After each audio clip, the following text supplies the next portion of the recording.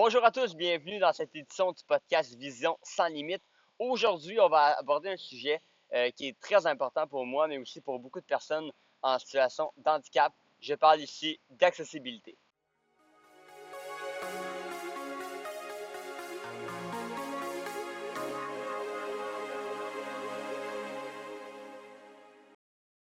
Oui, on est aujourd'hui avec Marlène Gay, qui est une des personnes les plus connaissantes que je connaisse dans le domaine de l'accessibilité. Pourquoi ça me fait rire, c'est qu'on se connaît un peu Beaucoup. plus personnellement. Euh, et je voulais avoir cette personne-là pour avoir son avis sur ce sujet-là qui, moi, je connais ça, mais ça me prenait vraiment une experte. Tu sais, quelqu'un qui va être capable de me donner un point de vue extérieur sur ce domaine-là, qui est très précis. Marlène, tout d'abord, toi, tu es étudiant en graphisme Ouais. à l'université, Non, cégep. au cégep, oui. Excuse-moi, ma connaissance, comme je viens de dire, n'est pas très bonne. Euh, comment ça a été comme expérience? Quel défi tu as eu à traverser au niveau justement de l'accessibilité, au niveau des connaissances que les profs avaient au début? Au début, j'ai pas mentionné ma condition. Ouais. J'y étais comme n'importe quel autre étudiant, Hmm. voyant et tout. Ça n'a pas eu de problématique, à part sur quelques aspects où j'étais pas capable de raffiner Ouais. autant que les autres ou que j'étais un peu plus limitée dans mes variantes d'esquisse ou tout ça, parce que j'avais une tendance à avoir moins la conception Oui, du c'est monde en normal. Hmm. général. Donc, mes références étaient plus limitées. Puis ça, c'est super intéressant. Puis par rapport à ça, c'est quoi le sentiment qu'on ressent quand il y a des défis particuliers? Parce que, bon, il y a des défis en sport, il y a des défis que moi-même j'ai vécu, mais toi, comment tu l'as vécu, ce défi-là? Comme un défi de changer les choses, Hmm? comme en voyant que, OK, on fait d'une façon parce que c'est un domaine qui est pratiqué par des voyants Ouais. et qui est considéré à destination de gens qui voient. Mais la réalité, c'est que c'est destiné à tout le monde. Ben, ça, justement, tu m'amènes un excellent point. C'est un domaine qui, on s'entend, n'est pas commun là, pour une personne avec une condition visuelle comme la nôtre. Non. Mais c'est quoi qui t'a fait croire, on va dire, que, hey, moi, là, je vais être capable de révolutionner ce monde-là? Parce que j'ai la capacité de voir justement assez Ouais. pour effectuer ce que les voyants effectuent, tout en ayant conscience et en connaissant les outils que ceux qui voient comme moi ou moins que moi vont utiliser. Donc, je sais c'est quoi les problèmes, mais je suis aussi capable de faire ce que les voyants font. Oui. Oui. Donc, je suis capable de dire, OK, on dit dans la théorie qu'il faut faire ça, mais dans la réalité, si on fait ça, ben ça va nuire à ces Ouais. gens-là parce que la synthèse, ça fonctionnera pas, parce qu'il y aura pas les bons contrastes, parce qu'il y aura pas une hiérarchie suffisamment contrastée ou on va utiliser des écritures vraiment trop petites parce que ça a été la chose auquel j'ai été le Hmm. plus confrontée. Les documents, on nous dit, ah, la police standard, la taille de police standard que tu dois mettre, c'est genre, pour des paragraphes, c'est Oui. genre 8 points. Ouais. Qui peut lire 8 points? Ouais. C'est pas, non, c'est pas fréquent, non. C'est ça. Puis, quand je mettais genre en 12, qui pour moi était une taille confortable pour la Ouais. Ouais. majorité, ben, les enseignants avaient tendance à me dire, c'est gros, Ouais. tu vas manquer d'espace, Ah ouais. tu as trop de contenu pour pouvoir le mettre aussi gros. Ouais, mais pourtant, pour pouvoir lire confortablement pour Hmm. tous, Ouais. et non juste des gens qui voient excessivement bien, ben, ça serait mieux de le mettre en 12. Puis, je suis curieux parce que, bon, tu sais, on parle d'accessibilité, mais on pourrait parler d'accessibilité sociale aussi dans la vie de tous les jours. Comment ça a été perçu quand tu es arrivé dans le programme avec tes collègues, avec tes amis? Est-ce que tu as eu de l'aide en particulier pour les cours ou vraiment ça s'est fait naturellement? J'avais entamé un premier deck avant Ouais. en intégration multimédia où là, j'avais, on va dire, fait l'erreur, même si c'est pas une erreur, de mentionner ma condition. Hmm. Dès le début, ouais. Dès le début, là, j'ai eu beaucoup plus de Ouais. réticence. Déjà que le multimédia, même si c'est très similaire au graphisme, le graphisme est plus féminin, le multimédia est Hmm. plus masculin parce qu'il y a la partie jeux vidéo qui embarque. Ouais. Partie que je n'ai pas pu réaliser, justement, c'était la limite. Parce que beaucoup de concepts physiques, d'interprétation de mouvements, de 3D, d'aspects de jeu, puis de monde, avec énormément d'éléments, que ça, c'était juste pas possible de concrétiser tout ça. Puis, mais ça m'a quand même permis de voir que le graphisme était très intéressant Oui, et que c'était là que j'avais encore c'est là que tu plus avais de envie d'aller. marge de Ouais, ouais. manœuvre parce que l'intégrateur multimédia passe après le graphiste. OK. Fait que le graphiste va donner la job à l'intégrateur Hmm. multimédia. Puis l'intégrateur multimédia fait le lien entre le graphiste et le programmeur, Ouais, ouais. mettons, pour le web. Hmm. Donc, c'était ok, je suis au milieu, mais c'est pas mes idées qui vont être prises en compte. Je vais devoir prendre les idées de l'autre pour les transmettre au Ouais, programmeur. ouais. Donc, dans le fond, j'allais tout le temps être pris, même si je voulais défendre l'accessibilité, Hmm. j'allais être pris.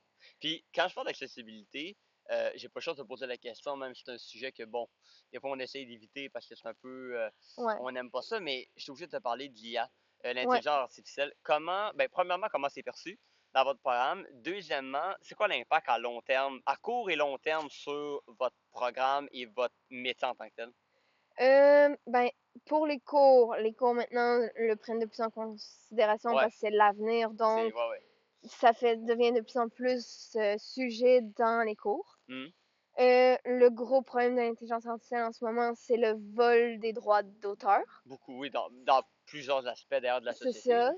Mais pour les artistes, vu que ça reprend des pixels, mais les pixels, il faut qu'ils les prennent quelque part, ben souvent, Ouais, il va utiliser des trucs déjà existants qu'il n'a pas nécessairement les droits d'utiliser, puis ça devient très ça devient compliqué, ouais. problématique. Puis, en vrai, on ne peut pas commercialiser des images produites par IRA. Non.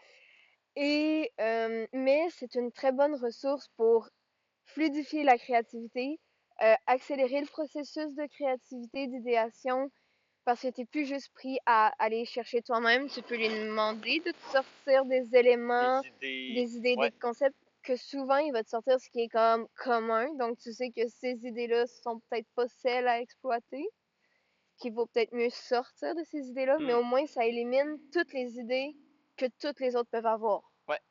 Puis c'est drôle parce que, bon, pour ceux qui s'en servent un peu moins exemple ChatGPT ou des programmes comme ça, l'intelligence artificielle, c'est drôle parce que autant il y a des choses qui sont pas accessibles pour des personnes avec notre condition, l'IA est très accessible dans beaucoup d'aspects.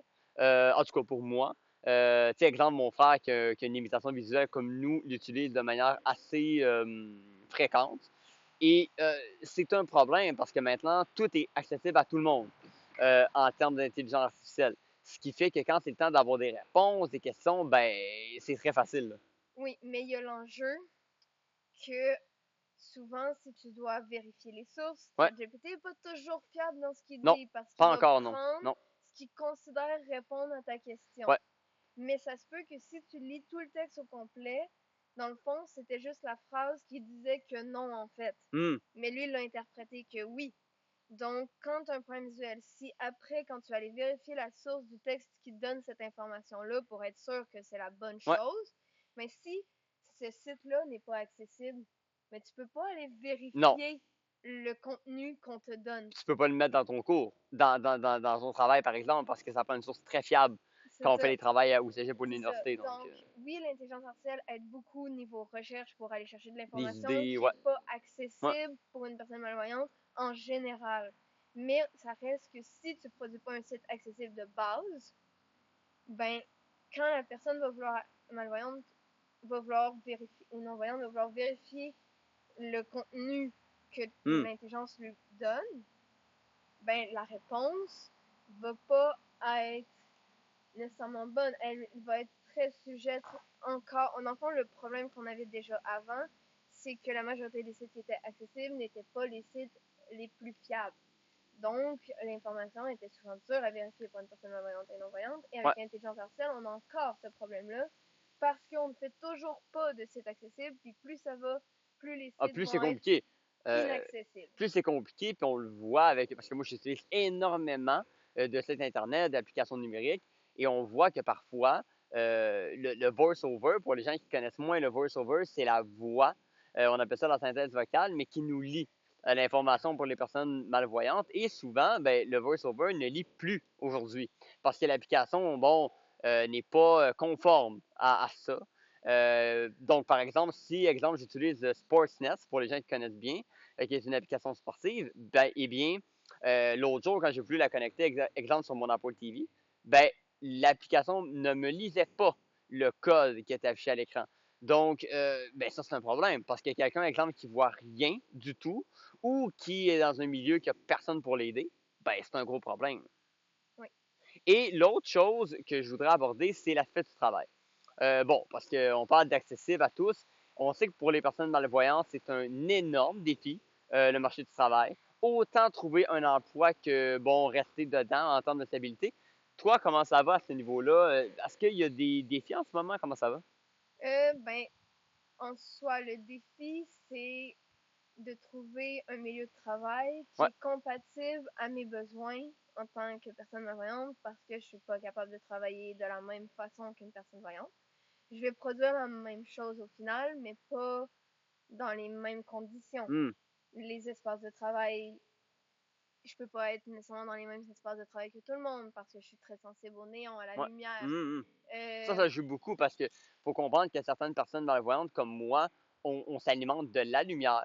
Donc, exemple, moi, plus il y a de lumière, plus je m'oriente. Mais pour certaines personnes aveugles, c'est l'inverse. c'est ça. Alors, chaque personne aveugle, puis ça, je l'entends souvent, il y a des gens qui me disent ah mon Dieu, mais telle personne aveugle, elle avait telle réaction. Oui, mais c'est comme dans n'importe quoi. Chaque personne avec un handicap, même si c'est le même handicap, n'a pas la même pathologie. Mhm. Alors, chaque personne est différente, il faut s'adapter à chaque individualité. C'est ça. Puis, ce qui fait que je vais pas avoir de difficultés au niveau rendu production. Ben, il peut y avoir une difficulté sur certaines productions pour de l'édition imprimée, ce qu'on fait de moins en moins, Hmm. mais il y a quand même, lorsqu'il y a énormément de contenu texte, ben, si c'est très petit, je vais avoir beaucoup de difficultés à valider qu'il n'y a pas eu de coquilles ou pas eu de petits problèmes d'espacement ou de tout ça.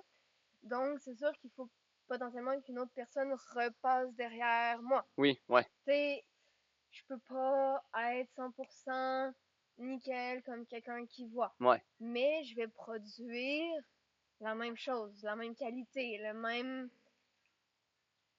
exigence. ouais, Je réponds aux ouais, mêmes ouais, ouais, ouais. exigences. Il y a juste quelques petites nuances. Puis il y a certains domaines que je postulerai pas parce que je sais que ce serait trop Ouais. exigeant au quotidien. Mais de façon générale, je n'ai pas de limitation dans mon travail. C'est plutôt sur l'espace, sur l'horaire aussi, parce que j'ai besoin de pouvoir prendre des pauses plus longues, euh, d'avoir des journées moins remplies. Ouais. Et ça, le marché du travail, bon, c'est un jugement peut-être, mais le marché du travail n'est pas encore totalement adapté à ça. En 2025, on le voit parce que, bon, là, souvent, on parle des personnes malvoyantes qui réussissent bien. Puis c'est excellent, il faut en parler, mais on n'en parle pas assez de tous ceux qui ne travaillent pas. Puis Mhm. croyez-moi, il y en a plus qui ne travaillent pas qui travaillent, là. Ouais. Donc, il faut s'adapter. Mais qu'est-ce qu'on peut faire concrètement pour sensibiliser les entreprises ou les grands diffuseurs de sport ou de divertissement à rendre les plateformes accessibles? Qu'est-ce qu'on peut faire concrètement? Ben, concrètement, c'est beaucoup plus avantageux surtout pour des plateformes qui sont payantes, de les rendre accessibles. Comme Netflix, Ouais, par dans le exemple. sens que si tu les rends accessibles, Ouais, dans le fond, tu vas aller chercher une clientèle supplémentaire qui veut pouvoir consulter ton contenu, mais qui ne le peut peut-être pas. Puis, souvent, c'est dans les choix de programmation que tu fais, mettons dans le cas des applications, hmm, parce que si tu choisis le système trop facile, on va ouais, ouais, dire, ouais, ouais. donc du préfet, du préfabriqué ou les CMS pour être plus technique, ben quand tu fais ça, malheureusement, c'est pas des plateformes, c'est des plateformes applications qui génèrent des sites. Mais ça, ils font pas un code qui est lisible par les synthèses vocales. Ils écrasent le code qui est OK. lisible par les synthèses vocales. Donc, c'est ce qui fait que souvent, il y a des problèmes où ça s'affiche à l'écran. Mais les synthèses le voient pas parce que les synthèses lisent du code, pas Ouais, des images. ouais. Peut-être qu'un jour, ils vont lire des images. Probablement, là. Oui, mais les synthèses vocales avancent beaucoup moins vite Oui, car sont beaucoup moins oui. financées, puis ils sont souvent basées sur des donations et des trucs comme Et il ça. faut comprendre que les synthèses vocales ralentissent les appareils aussi, là. Ça, on s'entend, Aussi, là. oui. Mais ça, un site bien optimisé, ce sera C'est pas beaucoup moins épais. problématique. Ouais, Ouais, exact. c'est ça. Comme Apple, on parlait d'Apple l'autre fois, faut leur donner. Oui, Apple a quand même une technologie pour en avoir un. C'est très navigable à oui, travers leur plateforme, mais parfois, ce qui rend ça dur, c'est pas Apple, c'est les applications oui, qui sont dans Apple. Et ça, il faut démystifier les deux. C'est oui, pas nécessairement la plateforme, mais vraiment ce qu'il y a dedans. oui, Et ça, bon, faut faire attention. Mais naviguer avec le clavier tactile, avec les claviers, c'est faisable.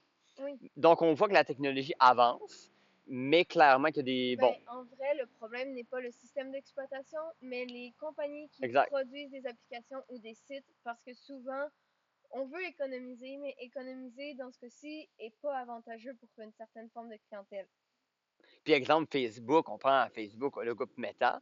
Moi, j'ai Ouais. entendu dire pour des personnes aveugles que Facebook, Avant, elle était avant, oui, mais acceptée, maintenant... maintenant, non. Puis Parce que, de plus oui, en plus, c'est ce qu'on voit. parce que pour ceux qui ne le savaient pas, moi, quand j'étais jeune, dans le fond, j'ai Facebook en secondaire 1. Il existait un Facebook spécifique pour les personnes malvoyantes avant. Je ne me rappelle plus le nom exact, là, mais c'était adapté en Mhm. conséquence. Depuis quoi? 2 ou 3 ans, Ouais. ce Facebook-là n'existe Ben, plus. depuis la jonction méta. Ouais, Ouais. exactement, ouais. Ça n'existe plus. C'est-à-dire qu'il n'y en a pas. Donc, même quand moi, je vais sur mon ordinateur, j'ai un Facebook régulier et le Facebook régulier pour une personne aveugle a beaucoup plus d'affaires inutiles. Parce que bon, on s'entend, là, quelqu'un qui voit rien, ben, pas besoin de voir nécessairement des photos. Il y a des aspects de Facebook qui n'est pas accessible. Et Instagram, on n'en parle pas. Il y a même pas 2 ans, Instagram, on ne pouvait pas lire les publications avec le voice-over. Non, c'était image, image, image, image, image. Exact. Aujourd'hui, ça s'est déjà amélioré. On peut lire les images, on peut liker, faire des j'aime, on peut faire des commentaires, mais faire une publication, je ne l'ai pas testé personnellement, mais je compte le tester. Je pense que c'est très compliqué. Mais ça se fait, mais il va y avoir quelques problématiques. Dans le fond, ce que je constate, c'est que Instagram a tendance à mettre des trucs sur des trucs. Ouais. Donc ça complique les choses parce que quand il y a plusieurs épaisseurs, la synthèse va voir la première, Hmm. pas l'épaisseur d'au-dessus. Ouais. Donc, si c'est une image, puis que par-dessus, tu dois accepter, mettons, une identification, ben, tu ne peux pas accepter l'identification, mais tu peux voir la publication qu'on t'a identifiée. Donc, il y a comme une certaine forme de manque de possibilité de programmation où on a mis tellement les choses une par-dessus l'autre que la synthèse, elle ne sait plus Oui, quoi considérer. oui. Là, on parle beaucoup de ce qui est numérique, mais c'est pas ce qui a le plus d'adaptation à fournir en vrai niveau accessibilité. Moi, je pense Ouais. surtout au fait, mettons, tu sais, une personne malvoyante va aller au resto, va aller Oui. au magasin, va faire des achats pour se nourrir ou pour s'habiller ou pour peu importe. Puis, aujourd'hui, la publicité, oui, de plus en plus, on en a numérique Hmm. aussi, mais tout ce qui est affichage, tu sais, les grandes affiches dans les Ouais, abribus, tout ça, ouais, ouais. ce n'est pas de la publicité qui est accessible. Non. Ce n'est Et quand on donne des dépliants ou des cartes promotionnelles, ce n'est pas accessible. Et l'autre chose qu'on parle pas, parce que bon, c'est pas quelque chose qui est très médiatisé, oubliez pas qu'ils veulent couper hein, dans le transport adapté. Exemple à Montréal. Oui, Et oui, ça, là, je parle parce que moi, je l'ai pris le transport adapté, exemple à Québec. moi aussi. Je suis pas un fan, OK? Je vous le dis tout de suite. Mais la réalité, c'est que c'est inacceptable de couper là-dedans en 2025. Parce que il y a des personnes Ça aveugles. reste une Oui, nécessité. il y a des personnes à Québec ou à Montréal. Puis là, on parle de malvoyants, Puis même mais ailleurs au Québec, parce que le exactement. transport adapté, il y en a dans Oui, toutes c'est les partout. villes. Oui. Puis là, je parle des personnes malvoyantes en passant, mais pour tout le monde. Tous les autres handicaps spécifiques, il y en a qui c'est essentiel. Ils n'ont pas d'autres moyens de se déplacer. On ne peut pas couper ça. C'est pas tout le monde qui est en mesure de prendre l'autobus régulier et le métro. Dans notre cas, c'est possible, mais c'est pas le cas pour tout le monde. Alors, couper là-dedans, au niveau des déplacements, ça peut devenir ça peut devenir terrible. Oui, puis faut pas oublier que justement dans les transports, une autre partie d'accessibilité, mettons, moi j'ai vécu à Montréal, le métro, c'est quand même assez Oui. accessible quand tu le connais, mais ça reste que les noms de stations, si le métro ne parlait pas et n'indiquait pas les stations et les prochaines Mhm. stations, et qu'il n'y avait pas la voie pour l'indiquer, les endroits où c'est écrit la station quand tu arrives, ce n'est vraiment pas idéal. Puis je sais qu'ils font beaucoup de recherches et de Mhm. consultations pour être sûr que c'est bon. Mais il y a quand même une grande part comme moi qui a beaucoup de difficultés avec la lumière. Souvent, ils ont mis les indications de Oui, station sur les néons, ok. genre sur le côté des néons. En plein où il faut pas. Ouais, c'est ça. Ouais, c'est comme, ok, oui, c'est stratégique parce que c'est direct devant tes yeux, oui, Ouais. mais quelqu'un qui a de la difficulté avec la lumière, c'est comme Hmm. pas logique. Ouais. Oui, c'est écrit go dans une police linéale, dans une police qui est facile à lire pour une personne malvoyante, mais ça reste que c'est pas si gros que ça. Non. Par exemple, moi j'ai l'exemple de l'Europe, de la France, où vraiment les noms de stations, c'est abusé trop gros, mais justement, c'est tellement gros que t'as pas le choix de le voir. Tu peux pas y manquer, comme on dit, là. C'est ça, des fois ça prend le mur au complet de la station, Parce que pour là. les gens qui connaissent un peu moins l'Europe, la France, pour ça je connais, Ouais, la France est beaucoup plus développée oui. pour les personnes aveugles dans toute Surtout accessibilité. ben, ils ont aussi des lacunes au niveau numérique, au Oui, ben oui, niveau oui. Ben, il y a des choses aussi au niveau numérique qui sont mondiales. Donc c'est bon, ça, oui, ça c'est pas, ça c'est je pas vais du pas ressort leur juste de la c'est ça. France, exact. Mais niveau adaptation des transports, de même des rues pour Ouais, identifier les coins de rue, les passages piétons, pour pas se retrouver à dévier et tout, c'est vraiment mieux qu'ici au Québec ou même au Canada. Euh, il y a quand même une vraiment meilleure, ils sont ouais. vraiment plus avancés, puis on a vraiment intérêt à Ben prendre d'ailleurs, exemple sur on eux. en a parlé d'ailleurs la semaine passée avec mon frère, mais le sport paralympique aussi. On parle de l'accessibilité du sport, mais au Canada, Ouais, il comme y a on des. en a On est parlé en. la semaine dernière dans Exact, le on est téléphonate en de la semaine retard. dernière. Ouais, on est très en retard sur la France.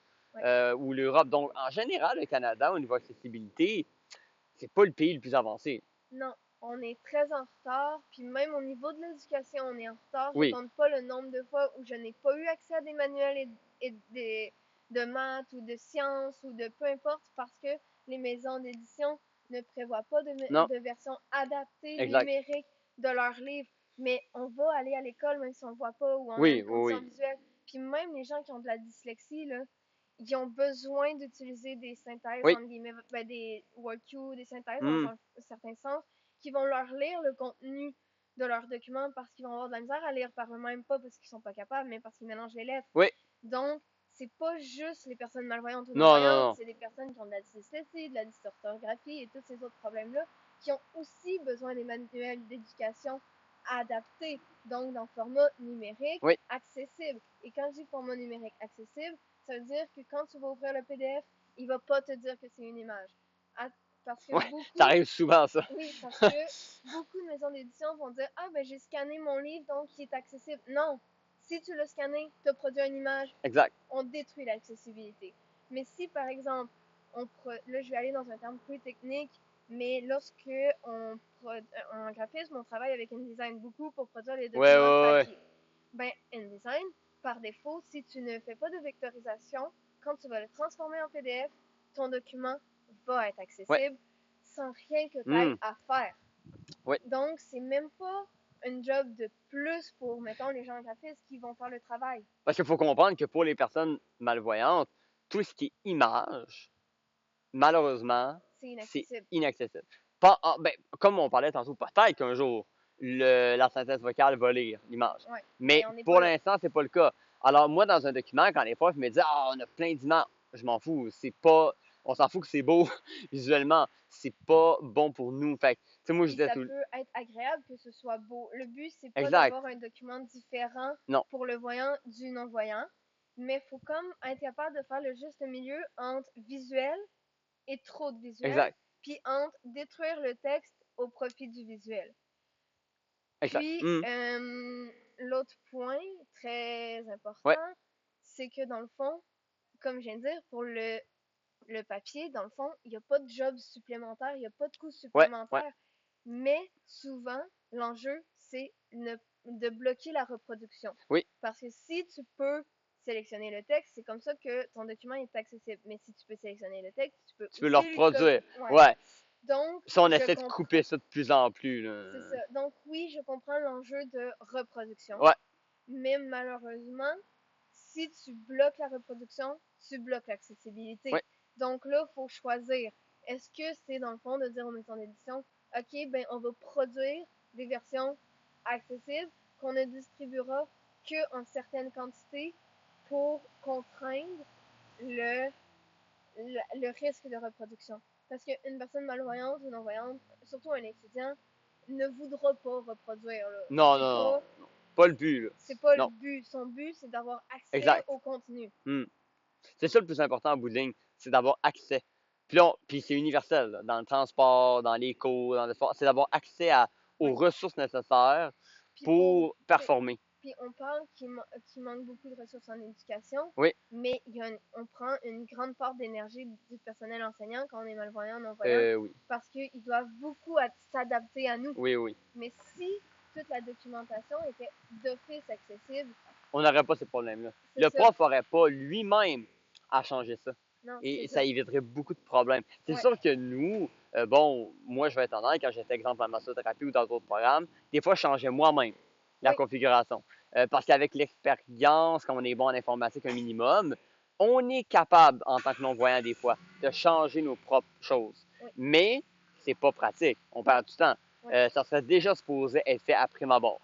Oui. Puis ça devrait pas être une charge pour le personnel enseignant, puis ça devrait pas être une charge pour l'étudiant dans le milieu de l'éducation. Puis c'est aussi vrai dans le milieu médical. Oui, oui, oui. Tu sais, si t'as un problématique ou si t'as des prescriptions ou des trucs, t'as des documents que tu n'auras aucune idée de ce qu'on t'a écrit Exact, dessus. exact. Puis tu pourras pas vraiment consulter. T'as pas accès à l'information. C'est très fastidieux. Et pourtant, c'est de l'information nécessaire. C'est important. Très, Ouais. c'est essentiel. C'est ça. Aller au restaurant, genre lire le menu. Ouf, Si ça, t'es malvoyant ou non-voyant, tu ne peux pas ben, y aller seul. je te dirais même que la stratégie, moi, je fais ça tout le temps maintenant quand j'avais des rencontres avec des gens, des amis. Je me rappelle même en blague, je dis souvent mes premières dates, là, quand j'allais au restaurant. Ben, je lisais les menus avant. J'allais en ligne, puis je lisais les Puis menus. quand ils sont accessibles, parce que c'est pas toujours Ouais, le cas. exactement. Ouais, exact. Moi, je dirais que des fois, ils sont accessibles, là, Ben, parce que bon, ça dépend dans quel resto tu vas aussi. Oui, ça dépend. Exact. Mais j'ai été souvent confrontée à des menus OK, qui ne qui est en l'étaient pas. image. Ouais, en Ouais. image. Que c'était quasiment une photo Oui, du oui, menu oui, oui. papier. Et c'est pas. Non. Non. Mais ça reste que la stratégie principale quand tu peux le faire, c'est ça. Oui, C'est que tu lis le menu avant, tu arrives au restaurant, ton choix est déjà fait. oui, Tu sais déjà ce que tu prends en tant que boisson, mais c'est juste que bon, ça coupe le naturel un peu, c'est certain. oui, oui, Mais c'est la solution. Donc, oui. quand tu es Sinon, non-voyant, tu es obligé de demander à la personne avec qui tu es de te oui, lire le menu. personnellement, ça m'énerve. Oui, Euh, c'est énorme. ça m'énerve. Ben, parce que ça brise l'autonomie, Oui, la oui. liberté. Puis ça fait qu'une personne malvoyante ou non-voyante, elle a envie, mettons, d'aller à un resto pour manger quelque chose. Elle va se couper. Elle peut pas y aller Non, si quelqu'un d'autre ne vient pas avec elle. exact. Ou même d'autres activités, que ce soit des activités de loisirs ou de divertissement. Elle va aller au théâtre, elle va aller je sais pas où, en festival, peu importe. Si elle n'est pas accompagnée, elle ne peut pas y aller. C'est. Ouais. Puis ça, c'est pas normal. Puis oui, je sais que pour des personnes voyantes, c'est quand même un enjeu de OK, mais ouais, tu vois pas, donc c'est normal que tu sois accompagné. Non, c'est pas normal. Je devrais pouvoir accéder à l'endroit au même titre que quelqu'un qui voit. Ouais, puis oubliez pas une chose, là. La plupart des personnes, je veux pas généraliser, mais bon, la plupart des personnes dans notre situation, c'est pas les personnes qui ont le meilleur milieu social. Non. C'est pas les personnes, malheureusement, qui ont le plus d'amis, souvent. Donc, justement, quand on parle de sortir, C'est ils souvent peuvent que pas tout le les temps amis entendre. sont dans les mêmes situations qu'eux. Exact, Aussi. souvent, oui, souvent. Ce qui n'est pas vraiment notre cas d'ailleurs. Nous, on a beaucoup Non, nous, on a d'amis réussi à. qui. Ouais, exact. On est beaucoup dans un milieu régulier, comme j'aime appeler, mais on a des amis quand même qui sont dans le milieu de l'handicap visuel. Fait qu'on comprend un peu les défis associés à ça. Mais quand tu es juste ami avec des personnes qui ont le même handicap, ben non, tu peux pas aller partout. Parce qu'on rentre dans les choses inaccessibles. Ouais.